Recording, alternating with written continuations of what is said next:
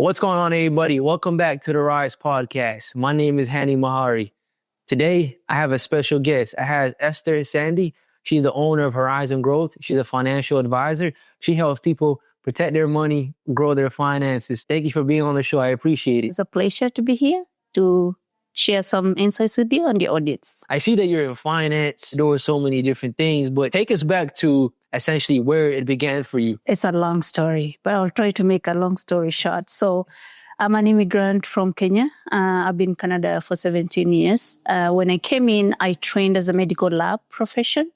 I worked in that space for 9 years. And when we came here, we were establishing a family. And one of the things that we all come here as immigrants, we are having a lot of dreams and a suitcase, right? So I managed to get back into my medical field. But man, when I went to work one day, I saw a colleague who was a supervisor.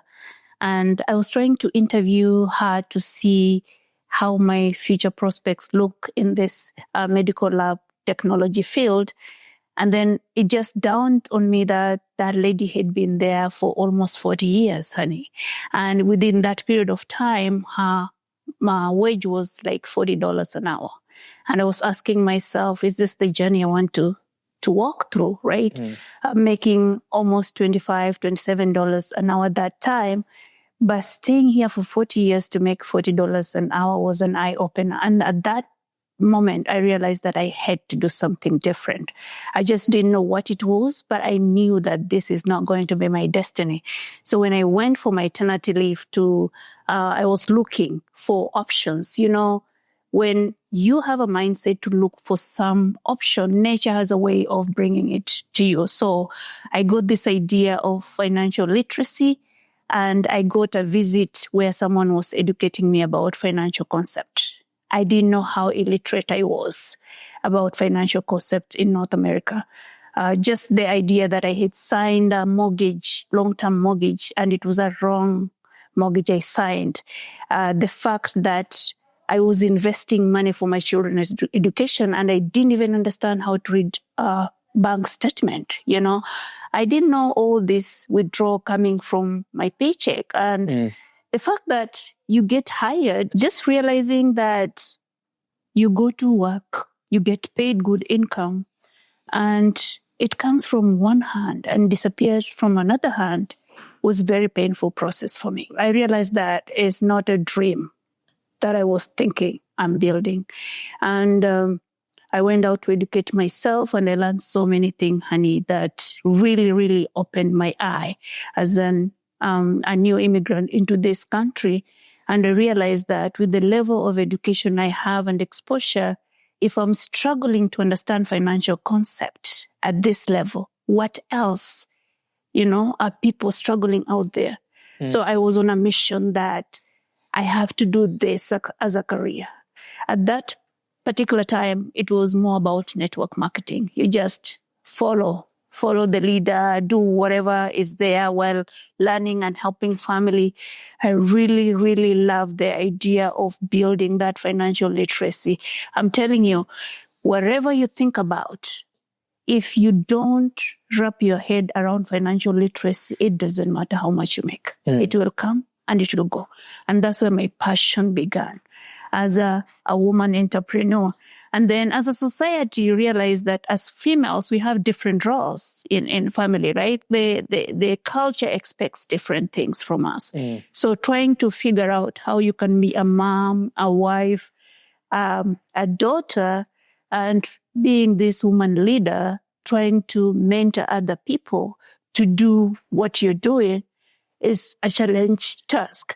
But what it calls for that is a reason why you want to do it. No, that's powerful stuff you're sharing there. Yeah. Especially being from Kenya, a lot of people don't have guidance. They don't know where to go, especially as an immigrant. So for you, especially being a Black female, how do you navigate those early times? Because finance is a huge industry, right? So when you first got started, what was that like for you? Oh, a lot of rejection.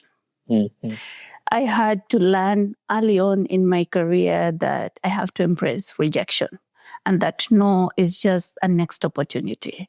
I you can imagine, some people have been here longer than you have, you know. I had colleagues in the medical field who were seeing me grow in that, you know, space. And all of a sudden, I'm transforming into a financial coach. And people are looking at me as, what does she have to offer? Sometimes it's limiting to think that the fact that I'm a female, and more importantly, a Black female, that my brain sometimes doesn't match what I have to say, right? Just understanding that, hey, honey, I know something that you don't know, and we need to sit down to discuss so I can learn from you and you learn from me, was a real journey. And I've learned through that process that persistence is the name of the game. Yep. When you're persistent in what you're doing, you just keep going. No, that's great, because especially as a female, there's a lot of male that dominate that space. So I can only imagine trying to navigate those early times. But tell me, as a medical, essentially you're in the health business. How did you say, okay, I'm gonna want to be an entrepreneur? Because most people have dreams, they have aspirations to get into business, to start their own thing. For you, what was that turning point to be like, okay, I'm actually gonna go pursue this and go in? Like, what was that like for yourself? That's not, most people are right now, they either have a 9-to-5 job, they want to become business owners, but they're mentally, they can't, because it's just so much early childhood trauma, or just depending on how they grew up. So I'll tell you more about where my entrepreneurship journey began. Even though at that particular age, I didn't realize what entrepreneur is all about. But I had this idea of, you know, compounding something. You know, my parents would give me school fees to go to college, and I would pass through a mall somewhere, and I'll buy like handbags, you know, I'll buy some few essentials to go just sell in college so that I can double, you know, the pocket money I have, right? You know, I was gambling at that young age. I wanted to make some profits from something. So at a age of 11 years old, I was already running a business back in Kenya. And during that time, you're not really having the idea of how do you really run a business. I had a big enterprise, like I had a shop, you know. When I went to college, nobody could run that shop, you know, so it closed down. In my career at places of work, I used to I would carry something in my handbag, whether it's a watch or it's a handbag for female or just some lipsticks, you know, like something to sell. I love to show value to someone. And if I can give value to someone in exchange, I get compensation for that. That's my passion from the long time ago. And thinking about healthcare, when I got into that, my idea was to one day have a clinic, have that people working in my environment to create something bigger than myself. I have a passion of helping people. And either I'm saving lives or I'm creating generational wealth. So my objective is to change and impact generations to come in this space. If I can help somebody transform their finances in a way that, honey, they come to me, they have $50, and that $50 can compound into something that can get them into their first home, or it can take them out of debt. That's just my passion. And for me, it's not about a business anymore. It's more about an impact and helping people. No, that's well said, because a lot of times people want to get into a business, they want to make money. They always tell you, you know, profit. But I think the thing that I like about your story is that at 11 years old, while you're learning these skill sets of like buying and selling, it teaches you a lot as you get older, because that's the foundation. There's actually this great Warren Buffett story. I don't know if you know Warren Buffett. Yeah. People don't know. They look at him as an investor today, where he has, you know, billions of dollars. Yeah. What they don't know is when Warren Buffett was a kid, 11, 12 years old, he used to sell newspaper, right? So there's so much foundation to being an entrepreneur. Most people think they need to like, you know, have a business established, be successful, but it actually starts off when you're younger, right? I think Bill Gates, all those successful people, they all had a foundation, right? But then as they got older, they were able to kind of notice those things. They'd be like, oh, this is actually something that, because when you become an entrepreneur, and also you can become an investor because they go hand in hand. Right? Absolutely. Because you learn so much in those. But tell me, when you're helping business owners, especially me being in business, when I first started, I thought I knew everything, right? Most people think, you think you know everything, right? But something that I didn't know about was, profit, loss, EBITDA, right? Because when you make money, how do you keep some of that money, right? So when you're working with your clients, what are some things that you do? What are some strategies that you like to implement when you're trying to help them essentially in their business? Because as you say, everybody is different. People want to come to you for insurance. They want to come to you for, their business. So how do you kind of maneuver for different customers, different people? So the strategy is different for different scenario, but the fundamentals are still the same. Mm-hmm. I'm a big believer of paying yourself first. And the reason why I say so is if you have ever been fired from a job, the pain it takes, honey, to recover, it's a process. And sometimes it's unexpected. So what happens is people just then run to get a survival job. When you get a survival job or a survival business, you're actually not passionate about it. You just want to pay your bills. And you wake up every single morning, spend 8 hours of your life every single day doing something you don't like doing just because you want to pay your bills or you're trying to survive. And then you realize by the end of that paycheck, you have nothing left. It's like Tom pays you and then Harry takes the money. Mm-hmm. And then the cycle begins over and over. So if I give you a machine and tell you, honey, this machine will pay you $5,000 every week, what will be your first question? How can I take care of it? Where did you buy it? In case it breaks, what am I supposed to do? Did you ever realize that that machine is yourself, who wakes up every day to grind in your business or grind to provide for your family? Have you ever thought about if something happens that the grinding cannot go on as usual, then what happens to your dreams? What happens to your investment? What happens to all the plans you have? Everything goes into shambles. And when you talk about paying yourself, it has a sense of pride that, oh, I made $10. $2 came to my pocket. Hydro can take, Show can take, MPA can take, and I can pay all these bills because I'm part of the process. So when I think about that, it becomes a more wanting thing to let everybody know that your most valuable asset and that you need to take care of you, whatever that percentage is. It's a decision you have to make. That's where conversations begin. Yeah, no, that's a great point. You talk about paying yourself first. So I'm in a service-based business. So we buy products, we sell them to the end user. We do a lot of wholesaling as well too. We work with a lot of B2B stuff.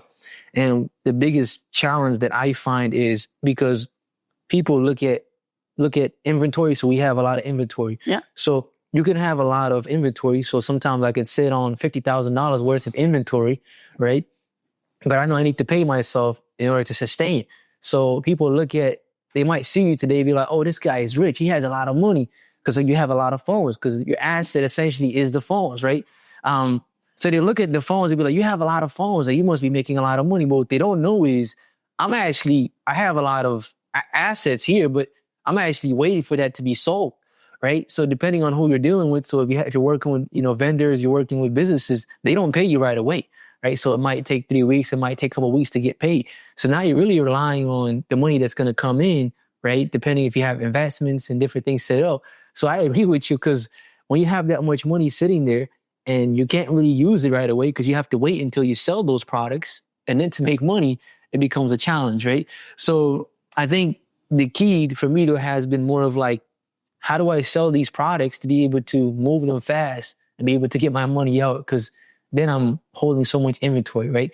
So when you talk about paying yourself first, I think we don't really know that in business because, here I am sitting on so much product, right? And next thing you know, my bill is due tomorrow. I can't pay myself, right? Because I'm waiting for that to be sold.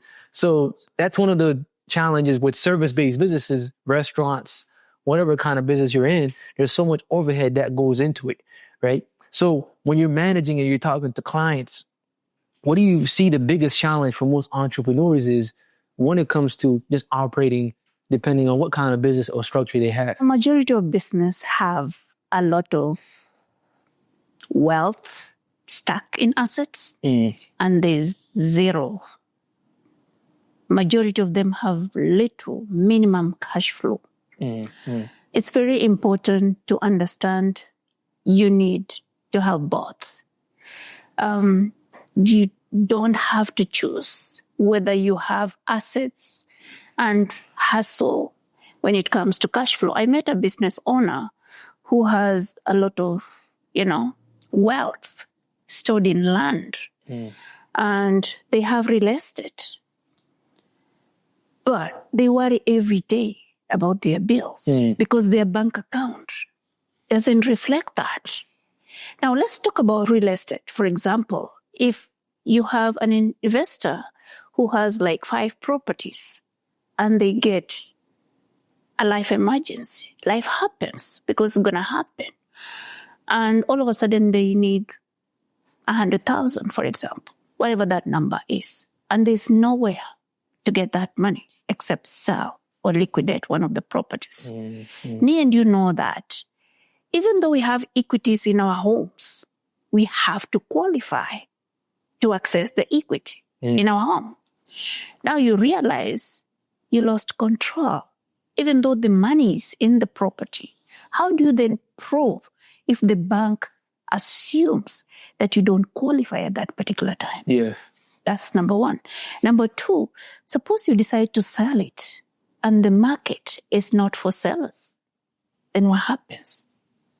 You just sold your property at a loss because you're trying to get some liquid cash. So when I talk about having strategies diversify, that's what I do. I help people turn their expenses and liability into wealth-creating assets that are liquid, that are readily available when you need it.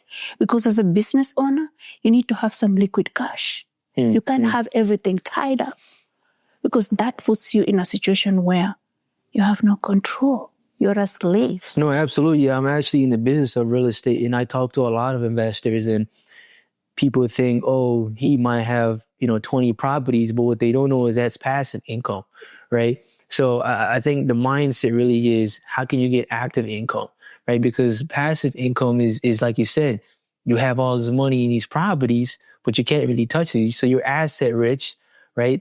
But on the outside world, you have cash because they say cash is king, but cash flow is kingdom, right? That's kind of how you break it down.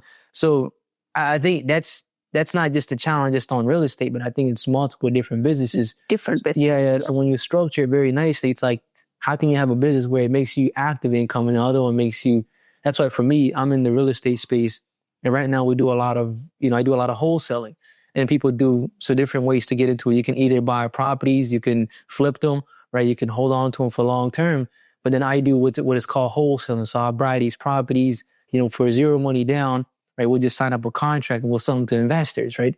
But there's people who want to get into the business, they jump straight into buying houses, right? So now you go to the bank, you're buying multiple houses, but they don't know is that has the cash flow. It doesn't cash flow right away. Depending on when you buy the house, especially with interest rates, as you know, during pandemic, now it's 2 different scenarios. Houses nowadays are worth $300,000 plus. In the pandemic, they were worth maybe $100,000, right? So the appreciation value is immense. So if you don't understand what rules and what languages can you play with the game, because if you jump straight into, most people advise you should go buy your first house. You can make X amount of dollars, but if you can't rent it out to someone else, that cash flow doesn't happen right away. It takes years for you to see it. So for me, I have different strategies when it comes to real estate. And one of them that I really like is wholesaling real estate. And that's the one that I really choose, because it's like, how can I make active income? Because if I can get this active income, then I can be able to self-fund it, whether if I'm going to go buy properties, Absolutely. right? Stuff like that. So that's kind of one thing that I realized. So for you, Esther, what do you see most people lack when it comes to education? Because education is so broad nowadays. You can go on YouTube, you can read books. People want to get into financial literacy, whatever it is. So what do you see the biggest challenge of most entrepreneurs or business owners who are navigating these times of whether they're looking to grow their money, they're looking to protect their money? What do you think the biggest challenge that they face is when they're going on there? Because you've worked with so many different people. Yeah. You said real estate is one of them. Is information overload. Yeah. It's crazy what you find on YouTube. And not everything on YouTube is authentic. So what I tell people is, if you're trying to learn a skill in a certain way, let's say you want to know how to fix cars, or you want to be a chef, or you want to be a photographer, you need to find someone who has done that business and is very successful. It could be an entrepreneur. You can Google and search, follow that person, see what steps they took, and then just follow 1 or 2 mentors at a time. Because what happens is you're doing wholesale real estate. Definitely you're getting some concepts from YouTube, but everybody's ideas are different. You don't want to get yourself in a situation where you have 10 videos you're watching and everybody's giving different advice. And then you're like, okay, I have all this. How do I execute that? It's a problem. Because if you're following Warren Buffett, for example, with investment, right? And then you're looking at Bill Gates, and then you're looking at Elon Musk. They have grown businesses that are different, but they share a lot of similarities. There's consistency in their messaging. But when you just go and find somebody or material on YouTube, it can be overwhelming. And what we are looking for is not information. We are looking for that information that can be executed into action. Because if I get all these degrees in my head and I can't apply it, it's all useless. So what I tell people out there, find a mentor and just work with that mentor. And not one mentor will suit your whole life story. You have a coach in your fitness space, right? You have a financial coach. You have a spiritual coach, right? All those people finish their puzzles. So make sure you align yourself with the right mentors. I cannot go to a pastor to look for financial advice. Neither can I go to a divorced person to look on how I can build my family. They have a different mindset. That being said, it doesn't mean that they don't have their strength. Just find the right mentorship and then stay consistent, realizing why you want to do that. Because your reason why will really determine your success, because nothing comes easy. It's all about grinding every single day. What will wake you up, honey, to go and look for the properties is your reason why. Yeah, what's your biggest why, that you're doing this for? What wakes you up every single day? Because I know you have a family, you're raising your kids as well too. What kind of wakes you up to be like, okay, I want to help people? I want to help people. The statistics I saw. The first time I walked in a room of entrepreneurs, it was my first, I would say, big event.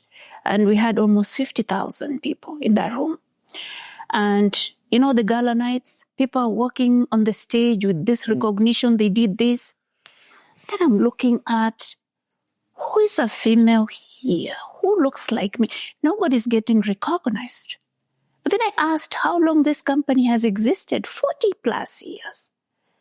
And I asked myself, honey, all this time, nobody has done something that can get recognized in 40 years? Really?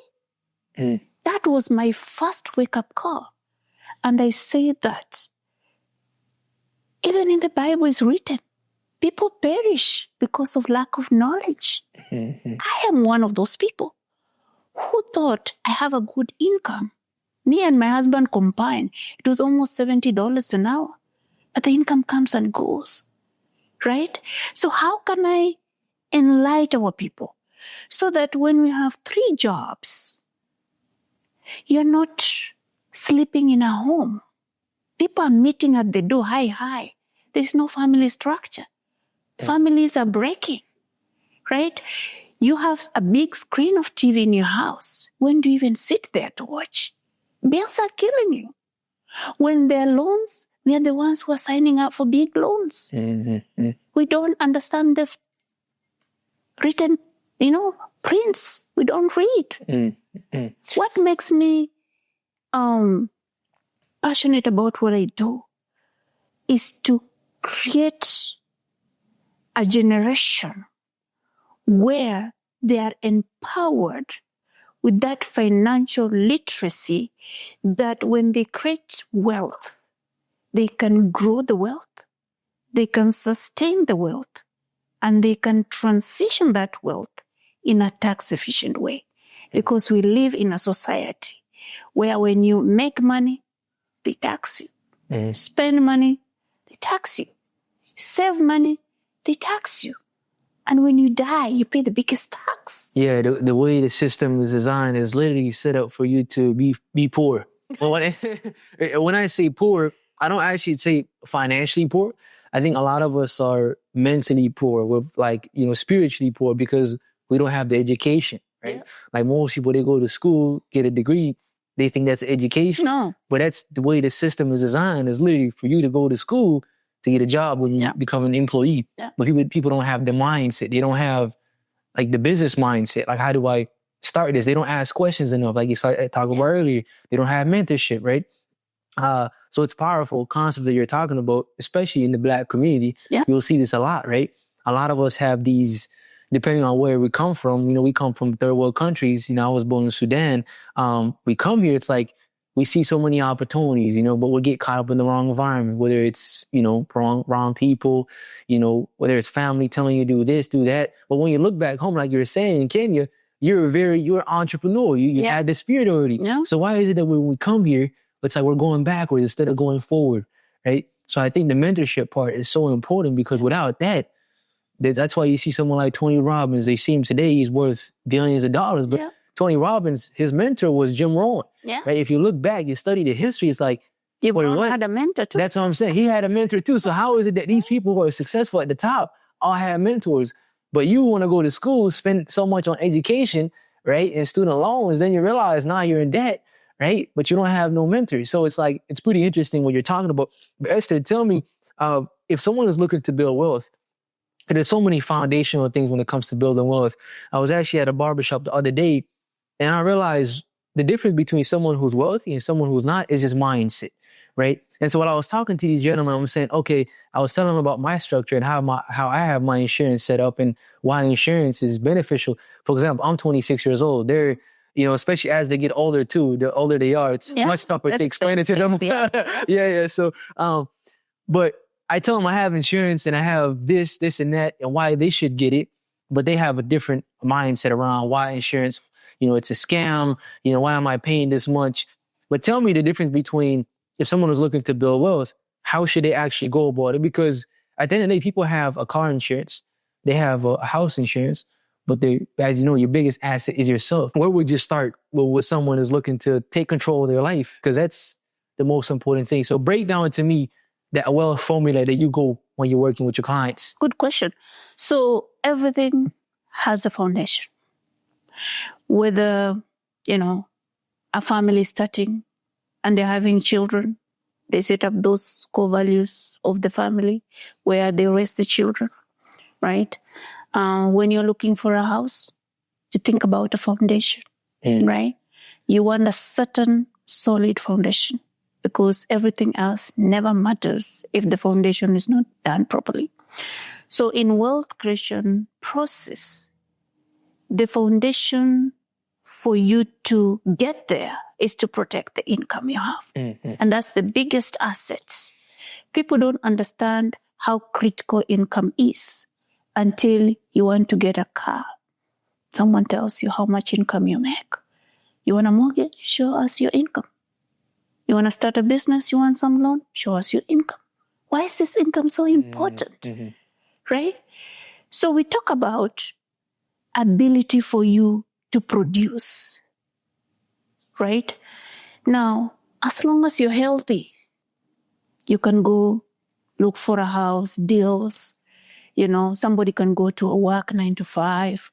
People can have 4 or 5 jobs if they choose to. But 3 things are very important. Mm-hmm. The first thing is what people don't like to talk about it. Unfortunately, it's a life process. We talk about death. It's a life reality. Huh? It's going to happen because everything that was born has an end. Everything that has life has an end. So as you plan about getting married, having children, educating them having, and you seeing them walk through the stage, what about your end? Right? So when we want to protect that income, because what debt does, it takes it permanently out of the equation. So what we want to do is to make sure that we are setting up your family for success. At least they can have 10 years to mourn, 20 years to reestablish. Let's say you have a 1-year-old and you have all these big dreams, honey. And then all of a sudden, boom, life happened. You're no longer there. What then happens to your 1-year-old? Mm-hmm. You want to make sure that that income is set to protect the dreams and goals you have through life insurance. Which type of insurance is a conversation that you need to have, but at least realize that you need to protect your income through life insurance. The second strategy is having a critical illness.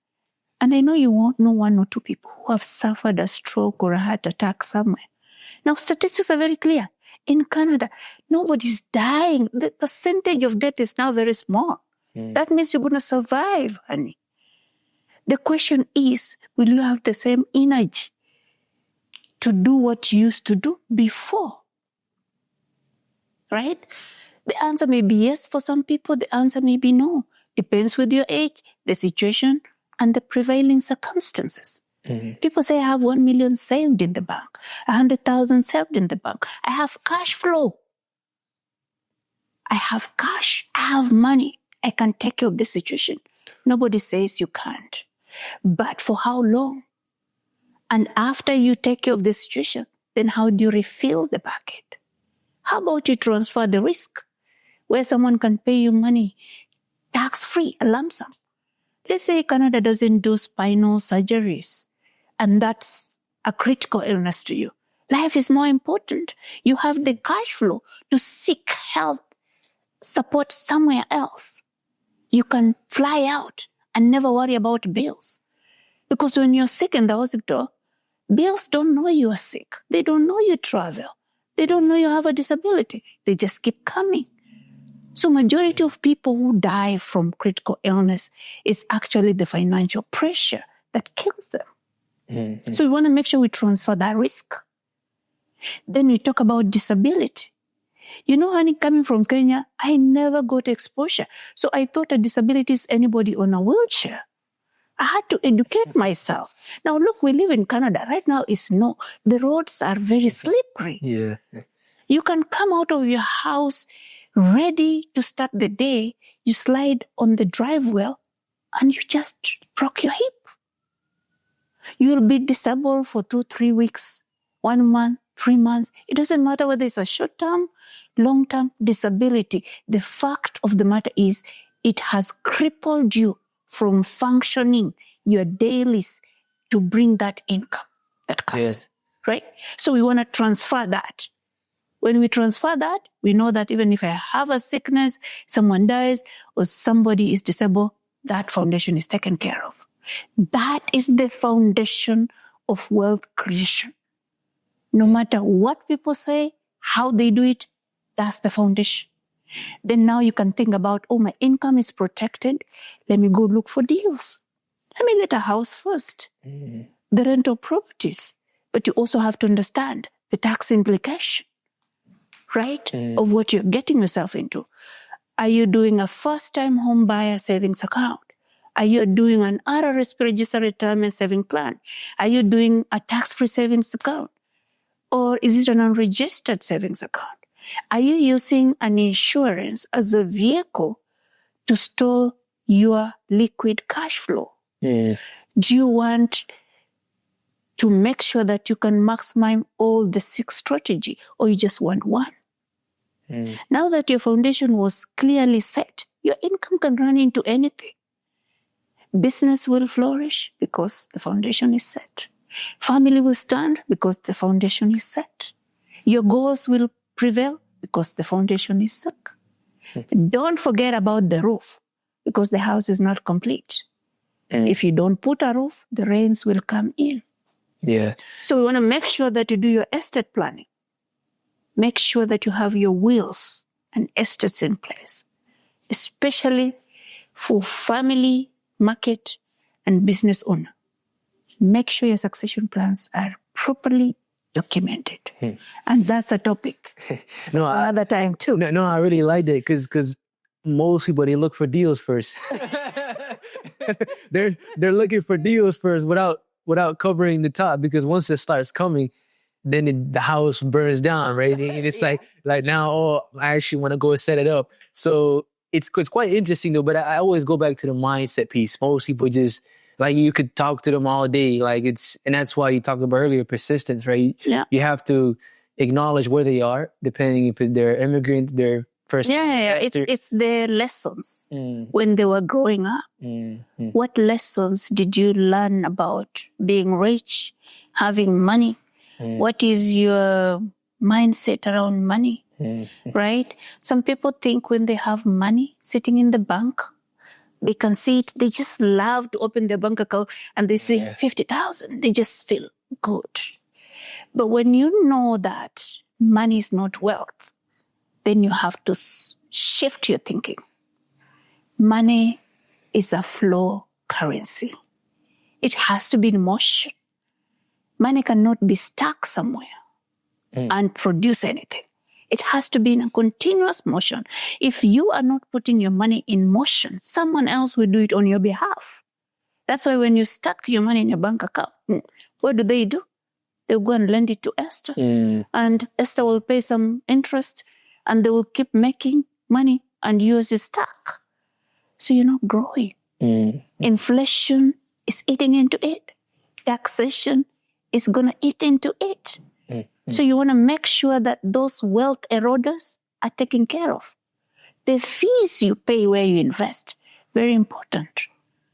When you consider your investment are beating inflation and reducing taxation at the same time, very important. And then you need to think about the rate of return for sure. Yeah. So now let's talk about they built a foundation, right? They protected their income. Now, essentially, they're looking to grow their money, right? Because I think, like you said, if you start off there, protect yourself first, get your insurance going. Now they're saying, okay, Esther, I want to grow my money, depending on what the kind of stock, the way they set it up, right? Depending if you're going to go RRSPs. But let's talk more about the tax purpose, because as you say, as you start to make this money, depending on what kind of investments you have, people talk about infinite banking. I don't know, you probably heard about this term as well too. Like infinite banking. How does it work? How do you kind of go about it? So break that down to people, especially business owners who are looking to essentially protect that money, but also be able to pull it out essentially when their money grows. What's that strategy like? So I'm a big fan of control, right? If you love yourself, you need to take control of your money, because somebody else has taken control of your time. Do you agree? Because somebody has taken your 8 hours, or a service is taking your time off your schedule to run it. And if you cannot control the money that comes in, you lost everything. There's nothing else. You can control how much you save. You can control when you want to retire. You can control when to withdraw, when not. But there are certain things you can't control. What market can do is nobody's control. Mm-hmm. How the taxation will work in the future, you can't control. But you all know that taxes have been going up since many years back, right? In the 70s, I was reading that the capital gain, it was 25-70%.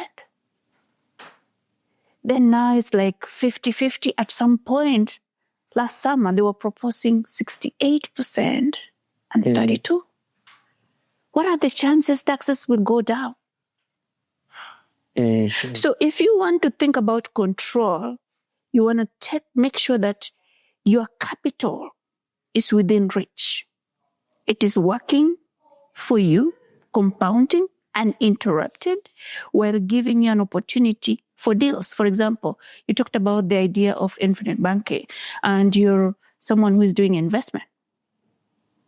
Now, if majority of your money is stuck into a deal, and there's a hot deal, and you don't have someone who can sign a contract with zero down to do that, what then happens? You lost it, right? How about if I tell you there's a strategy where you can still save money in a life insurance, not just any. It has to be dividend-paying life insurance that is mutually owned, which means you become a stakeholder of that company. That means when you put money there, you can leverage the cash value without interfering with your own premiums you paid or the deposits you do. When there's a deal, you simply go to any insurance company. It has to show you a track records of many years of dividend pay. I won't mention any names here because there's so many of them, right? Make sure it has a track records of dividends. Dividends are not guaranteed, but the percentage of dividend is not guaranteed, but it pays every year.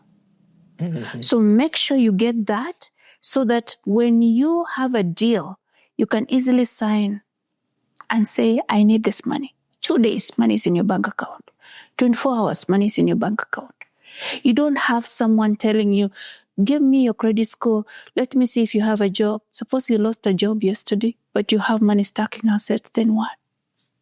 Mm-hmm. You lost control because you have now to prove that you actually are eligible to access what belongs to you. It's your money, right? Yeah. So we want to put your money in a place where you, as the person who really worked hard for that, have full control.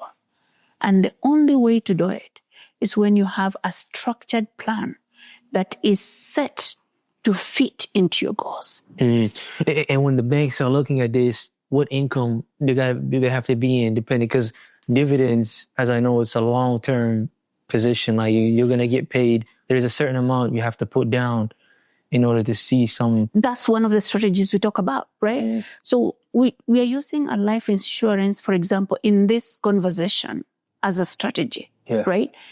Now, for business owners, we have strategies where you can save money into your insurance plan and leverage up to 100% if you choose to. Mm-hmm. If you don't want to do a collateral, you want 90%, it just depends with your goals. What do you want to do in the next 3 years? I want to get into real estate. What do you think that will cost you? Maybe 100K, maybe 50K, maybe 1 million. Let's go. So we work backwards. We get your goal and work backwards. Okay, so that the next 3 years, you'll have enough cash value to execute your goals. But if you have that cash muscle, you can do it right now and leverage it. It depends with what you do. Yeah, that's a good point because people just don't know what structure they have. So I have an insurance, and the way mine is set up, I have like $1 million policy, and then I got critical insurance as well too. I kind of set up to be able to, in case anything happens, right, to protect me in that aspect. But I've also got into universal life as well too. I've kind of seen how be able to put my money, be able to invest as well too. So tell me the difference in those areas where someone is looking to just get insurance, but then now they want to invest essentially into having them all together. How would you set it up usually when you're working with? Am I understanding clearly that you're asking for those people who want to have investments separate from insurance? Exactly. If someone wants to, they have an insurance policy, but now they want to invest. They want to use their money to, you know, depending on how they go. Okay, so they have their plan foundation set up. Yes. So when someone wants to invest, we also have to go back and dig your whys, your goals. What are you investing in? For how long? How much time do you have? Are you a risk taker? What are you looking at? Do you want something conservative, risky? You know, the time you have, you know, all those things will determine a portfolio. Honestly, there's no one-fit-all strategy for anybody. Some people like yourself, you're a risk taker. So you're going to be saying like, you know what, I want something that is aggressive. While maybe Esther is not an aggressive investor, but she really wants to utilize that, but be a little bit conservative. So again, it goes back to the conversations you have with the clients, their goals. What are they trying to achieve? Just working a client-centered strategy to make sure that you execute, you know, based on what their needs are. Yeah. For yourself, talking about what you already have now, I would highly suggest, you know, just evaluating to make sure that that 1 million still keeps up with the current goal. Because what people do is they say, oh, I already have my foundation. I have 500,000. I have 1 million or 2 million. But the business is growing. Your income is growing. So you want to make sure that that foundation can still protect the income.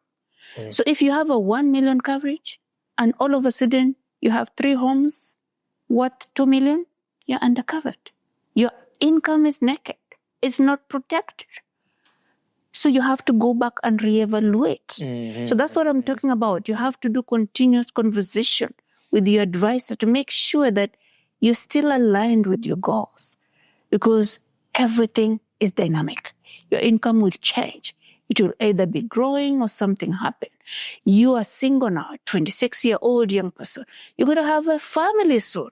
You're going to have 1 child, then 2 children, then you're going to be planning a wedding.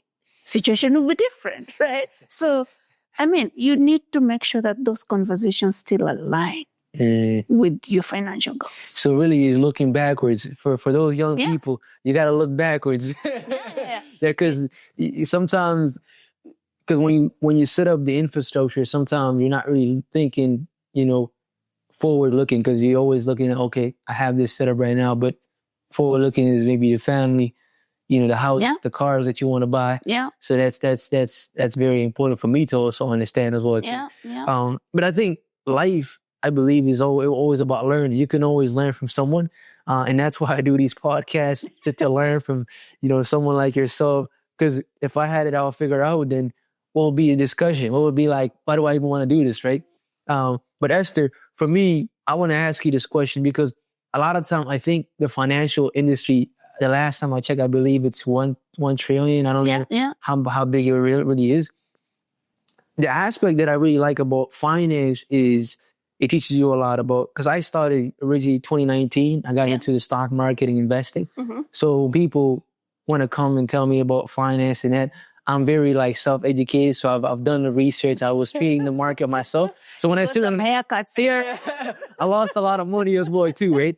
So when I sit with an advisor and they're telling me how to grow my money and this and that, if I was investing and trading the market and there's a stock where I've made 100% return within 10, 40 minutes, they wouldn't understand. They'd be like, oh, you have to grow your money slow and that kind of thing. So there's a different mindset shift there when it comes to working with an advisor. Yeah. For me, what I realized, the way the game was being played, though, was especially in the finance world, because you talked about when you first got into it, it was network marketing, right? Yeah. And I think, but the thing I like about you, though, you want to help people, right? Yeah. There's some people out there who want to take advantage of people. No. And you probably have... You don't go far. Yeah, that's what I'm saying. No. So for me, it's like, my thing is, how do you keep your integrity in business, but at the same time, to be honest with your customers, right? Because network marketing is a huge thing. As you know, nowadays, everybody is trying to get you... sell something. Yeah. They want to get you into their program, so they'll tell you, oh, they'll sell you a whole dream, right? And I've been fortunate enough to see that business and be able to study it. At the end of the day, it's a business and there's a system in it, right? You follow the system, you're going to be successful, right? So for me, tell me, Esther, what made you decide to be like, okay, I want to help people. I'm going to start my own company as a contractor. I'm going to have my own thing instead of because there's different kind of platforms you can join and be into. And the biggest thing that I've realized is people are not transparent. That's what I find, I don't want to mention the companies, but people will come and it's like, they'll sell you this thing. It's like, but they don't tell you exactly what you're signing up for. What am I getting into? If I buy this, what am I? So there's different terms that people use in network marketing with this tap routing, these different things. So I know the game very well because I've been able to kind of see it firsthand. Or for someone who doesn't have no knowledge or experience, they just want to sign you up. This is what it is. And yeah, exactly. Right? Tell me for yourself, what does that look like for you? Because you decided I want to help people. Because network marketing is a big market for people who are looking to grow their business and systems. So systems is very important in anything you do. And it has to be aligned with your mindset.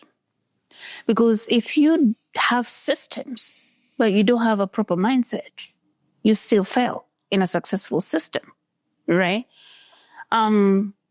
This is what I'll say. When you think about your integrity, think about long term. Again, I'll take you back to your why. Because if you're coming into network marketing or any business to make quick money, there's no get rich quick schemes out there. They actually hurt. Do some due diligence to research on what idea is coming. Because the best way you can start up a business, if you don't have any resources, you can tap into network marketing, whatever it is. But make sure you understand what you're doing and it aligns with your values. Because you don't want to go somewhere where, for example, myself, someone was trying to put me into a networking structure where when I calculated my moves, it's actually going to create a debt in your household in the name of something. So to me, I'm saying no to that. Not because the business is bad. It's because it's not aligning with my values. When you think about getting into a business space, the easiest way you can do is to get into a network business channel that aligns with your values, right? Because they already have systems, they have mentorship. If you go there with the mindset to grow and learn something, is a good way to start. And some of the qualities I have, like work ethics, self-development. I'm a very big fan of self-development, right? So like I read a book at least every month. I listen to podcasts. I have these paid workshops that I do with mentorship because you're going to invest in yourself, right? So when you're starting in that network space, you want to use the opportunity to grow yourself into an entrepreneur. Now, you also have to do some homework to make sure you understand you're running a business. Because in situations where you're not familiar with things you're doing, you may just be doing another employment, right? But without benefits, right? So make sure you do your homework to understand what you're doing. For me, I wanted to be more professional. I wanted to address different problems. I wanted to specialize my career. So that's one of the things that made me found Horizon Group, because I want to deal with bigger problems. Because during my network, business, I started listening to certain conversation, different problems, and starting to look for solutions. And I realized the only way to do this is to dig deep into this association, understand what the problems are, and try to solve. And that's what I'm doing. At Horizon Growth, our specialty is more business people, incorporated individuals. We want to make sure that people have enough capital, people are growing the capital, people can sustain the capital and eventually transition it, because there's no point of, honey, you working so hard to build something for your generation, but how do we then incorporate that generation into your mindset? Because they may not understand why you started it. That's why we need to think about having these home offices, making sure that you have aligned professions, right? You have accountants you deal with, you have real estate agents, you have brokers, the lending part, bookkeeping, everything is aligned. You start building systems in your business so that if honey is not present, anybody can run that. You want to run a successful business that doesn't need you to make money. That's the ultimate goal of all of us, right? We are hands-on in the beginning, but we want to make sure that at the end of it, the business runs without you, because you've now got to a place where you have systems in place, your succession plans are in place. You make sure that that family structure aligns. When you get your family started, differentiate home office, family meetings, and business meetings, because some of your family members will be part of the business. So you'll have different conversations with them. Create that family business office, and then you have your family values, your core values that you can transfer. Make sure that you have those things in place to grow your business. And more importantly, continuously working on your mindset, honey. Mindset is everything.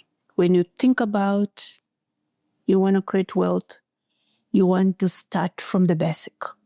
It's really within reach.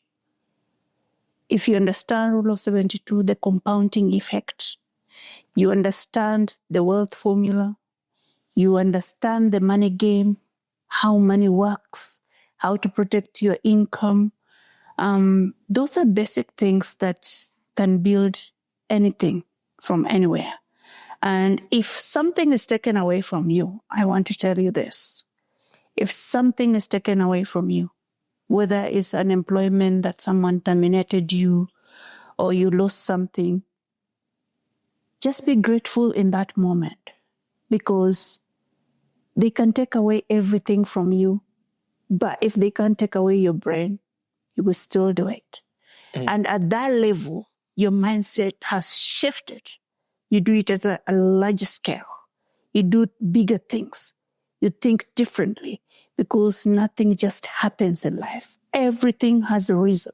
And at the right time, when things align, things will work out for you. No, absolutely, Esther. You're sharing a lot of wisdom, a lot of nuggets for people to take and, apply it in their business and, hopefully. But yeah, I think that piece about network marketing, do your research, like you said, get the education. Before you make any decision, find a mentor, right? Like you're talking about in the beginning, that can guide you. Follow systems. Exactly. Follow the right systems. Become a student of the business. Absolutely. So Esther, thank you so much for being on the podcast. Like I said, I really appreciate you for jumping on, and you've been able to help us with the community. You came to one of my events to be a speaker. Like you're doing so many great work, and you're always about giving back. So I really appreciate what you're doing. And like I said, how can people find you? People can find us on social medias, Horizon Growth. We are on Instagram, LinkedIn, Facebook, and we are in the community, because when we came to Canada, we got support. Everybody came to support us when we were growing. And I have that passion of giving back. And that's what we always say. When you're blessed, you need to understand that when money comes into your hand, it just amplifies who you are. So if you're a generous person and you want to give back, is the best way to do it. And for us, we are more involved in community work. We fund events when able to, and we participate. We give out our time. So reach out to us. Let's have some conversations about your financial goals in 2026. Let's make sure that the Rise podcast grows by you subscribing and liking and sharing as well, talking to people about this. Han is very passionate about what he does, and a lot of energy out there to help all of us grow. And there's so much you can learn from each other. Trust me, there's money everywhere. In your kitchen, you can start anything, any business, anywhere. So I'm inviting all of you to our first 2026 workshop. Man, mindset and money is my passion. You want to learn the money game? You want to know how to grow money, how to sustain wealth, how to shift your mindset and change those thoughts that you were taught. Sign up. Honey is going to link the event registration on this podcast. Sign up. Let's join together on 28th. It's 6 p.m. Central Time, and it's virtually. So come on and let's grow together in North America. I'm licensed in Manitoba, Alberta, Winnipeg, that's Manitoba, and I have a license in Texas. So we can help majority of people. Thank you. God bless you.